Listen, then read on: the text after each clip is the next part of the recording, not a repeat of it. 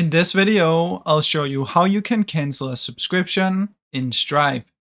Now keep in mind, if you're the one who has the subscription and you just paid through Stripe, then sometimes you need to cancel it through the website that you used. So if you made the subscription through School or through WAP or any of these websites, you need to do it through those websites. So go to those, click on subscription and cancel from in there.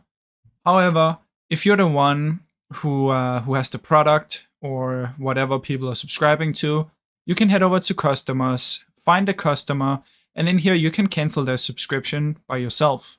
Now you can also head over to subscriptions to check your subscriptions, and these are the ones that you make.